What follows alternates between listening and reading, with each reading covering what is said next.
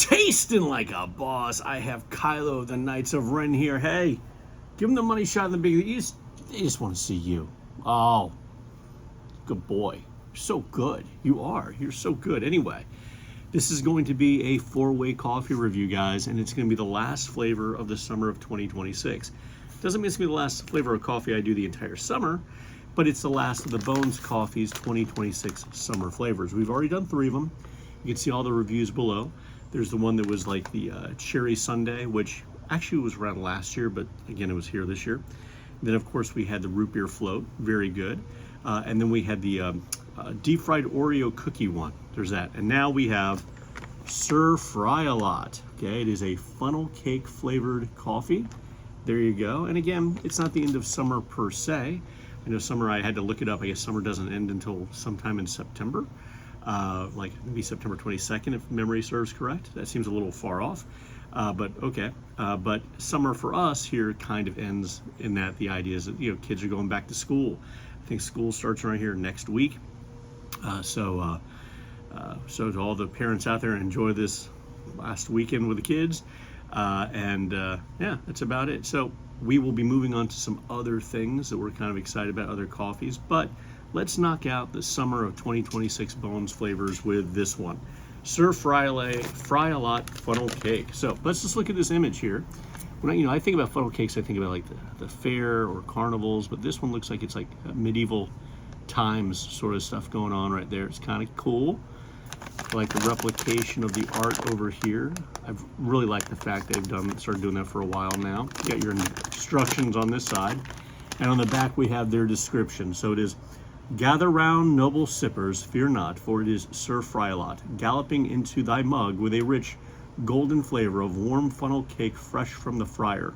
Crispy edges meet sweet vanilla with a dusting of sugar, all gallantly riding towards your taste buds. Raise thy mug and let the feast begin." Okay, so we're going to be doing a 4-way review. Before we even get started and we go through the 4-way review, let's just think about this. Going into it mentally, what are we expecting from a coffee that tastes like funnel cake? How am I going to get crisp edges? I don't exactly know. Vanilla, sure. Dusting of sugar, perhaps. I don't see how it's going to translate in.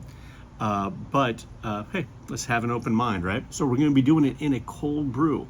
Cold brew has been brewed for over 24 hours. We got it in the Bones glass. We're going to be doing it in the drip, and we're going to keep it nice and with the Bones motif. We got the Bones mug here. We're going to be trying it in espresso. Yes, indeed, espresso. And to make it a 4-way review, we're going to be doing it in the nitro press. So it's going to be the cold brew, just with nitrogen infused. That's it. No cream, no sugar, nothing like this. All of these are being drunk black. So let's give this bag a smell, Kylo. What do you think, huh? Yeah? Okay. Oh, my shirt. I got to show this. Gift from my mom. The Chihuahua father. Nice, huh? I think it's pretty cool. All right, so give this bag a crack open.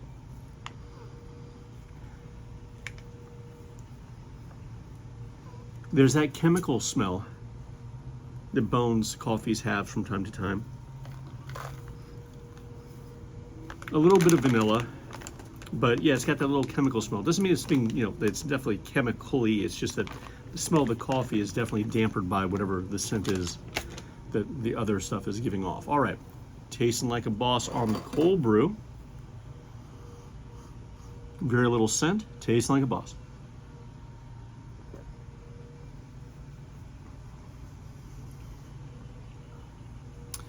It's a good cold brew. I mean, it's a very good cold brew. I mean, if you gave it to me, I think that's what my response would be. This is a very nice, clean, not overly earthy at all, cold brew. Very good. I'm not getting any vanilla hints. I'm not getting anything that even remotely make me think about funnel cake. If you gave this to me, I would probably just ask you, hey, wait, where'd you get this? How'd you make it? But I would not jump towards vanilla or funnel cake or anything like that. It's just a very good cold brew. And it is hard to find a cold brew like this when you go to like Starbucks or Dunkin' or Wawa, and definitely don't ever go to Foxtail. Sorry, Foxtail, I can't. Your cold brew is just, oh, it's rancid. But your other stuff is great, I'm sure, but I can't. But here I am ragging on Foxtail again. But it's hard to find this kind of cold brew out in the environment when you're just going out and looking to buy it. This cold brew, I'll give you this. This cold brew tastes like if Stoke, this is a big thumbs up for this coffee. If Stoke unflavored coffee, which is my favorite black unflavored coffee, bottled, if it had which has more chocolate notes, had one that was more neutral towards vanilla notes. Again, not really getting vanilla notes, but that's how I can best explain it. It's of that quality. So that's a very good cold brew. Just don't fool yourself into thinking it's going to taste like funnel cake, because it doesn't taste like funnel cake.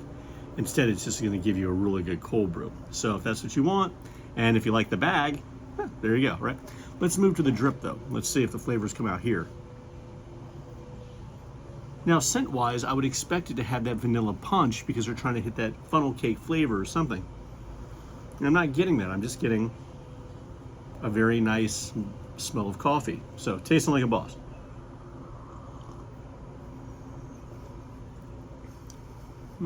Okay, well,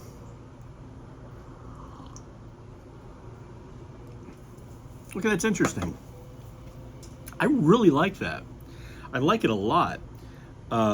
But let me tell you, at first I thought, oh, is this going to get sour? Is this going to get overly bright? What it comes across to me is just a really good tasting morning blend coffee that maybe has some of the sharp edges that a morning blend usually has, a little curve. They're still there. There's still some brightness, but you know, I've never been a big morning blend coffee fan. Don't hate them, they're just not my thing. This in the drip, for me, creates that happy medium between a very nice medium roast and that light morning roast. So you kind of have a little touch. So for me, I would just view this as, if I wanted to have what I perceive to be a morning blend that I liked, I'd probably go with this. So far, so good. A very good quality cold brew, a very good drip, but again, not delivering nearly the same thing. Although, you know, I guess in a way, the cold brew is merging the gap between what I like in the typical cold brew and maybe a little brighter. And I guess actually they are doing the same thing, both in the cold brew and the drip, kind of merging, creating its own space. But again, not making the flavor that it's, you know, attesting to be. But that's okay. Let's move to the espresso. Now in the espresso, I have only the subtlest of hints of maybe some vanilla stuff going on, not a lot. Tasting like a boss.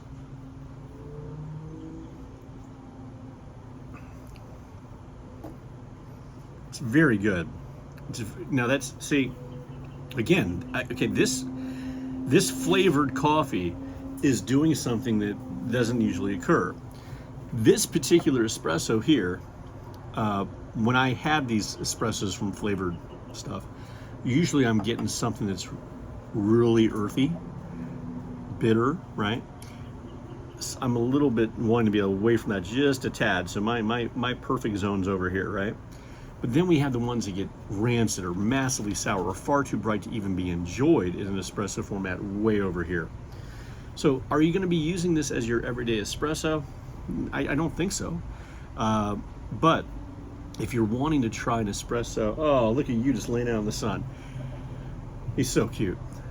He's so cute. Yes, you are. Okay, if you want to get or wanting to try an espresso that gets away from the over bright, but doesn't get maybe as far as what I like in my espresso, this is going to work. It is it's a very even coffee in the espresso format, but again, it may not meet what you want it to be. I don't think I'm going to be making cappuccinos out of it, right? I'll just be drinking it straight if I have it. So it's worth trying in that format as well. And I think I have one of your dog hairs on me. One of your dog hairs on me? Yes, I do. Gross. Gross, dude. All right, next. We're going to be going with the Nitro Press. So again, it's nothing more than the cold brew with nitrogen inserted. Let's dispense like a boss, guys. Look at that goodness. Drinking out of my Fort Ticonderoga glass. Went there with Boss of Boss a few summers ago. It was really fun. Very hot that day. So I got the cold brew here. Again, just with nitrogen being inserted. So we got that. You wait a little bit for a dispense. I will tell you guys as we're waiting for this to dispense, I'm excited about the fall flavors for you guys. Now the reality is I don't think from what I've seen any of the fall flavors are new. So all the fall flavors I've already reviewed, okay? Some of them I didn't do 4-way reviews on because I didn't have the Nitro Press at the time. But you should be able to get some quality reviews by going back. But I think I'm going to do a summation review so it's all in one place for you guys as well. So keep your eyes out for that. And yeah, like I said, I think I'm also doing this last summer review because I really want to get to Halloween. So I'm going to start celebrating Halloween pretty soon, I think. All right, okay, here we go. Nitro Press is ready to go. Not much scent off of it. Let's do the cold brew first, the side-by-side. Yeah, going back to the cold brew, I'm reminded that's a very, very good cold brew. But what does this do? Tastes like a boss.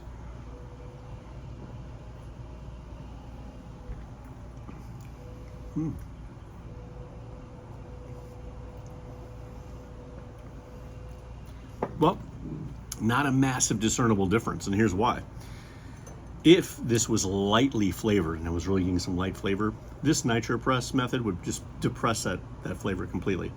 But because this really doesn't have much of a flavor beyond just the coffee itself, being a nice blend or a nice roast, what this does with a Nitro Press is it gives you a more velvety texture, sort of a creamier taste. So do I like this? Absolutely, I think it's great. But when you try them side by side, not a big difference. What I mean by that is, if the only coffee you're ever going to be drinking for the rest of your life would be this and cold brew, there'd be no reason to get Nitro Press because the Nitro Press doesn't do anything of a discernible difference to this particular coffee. It's not the case with everything else, though.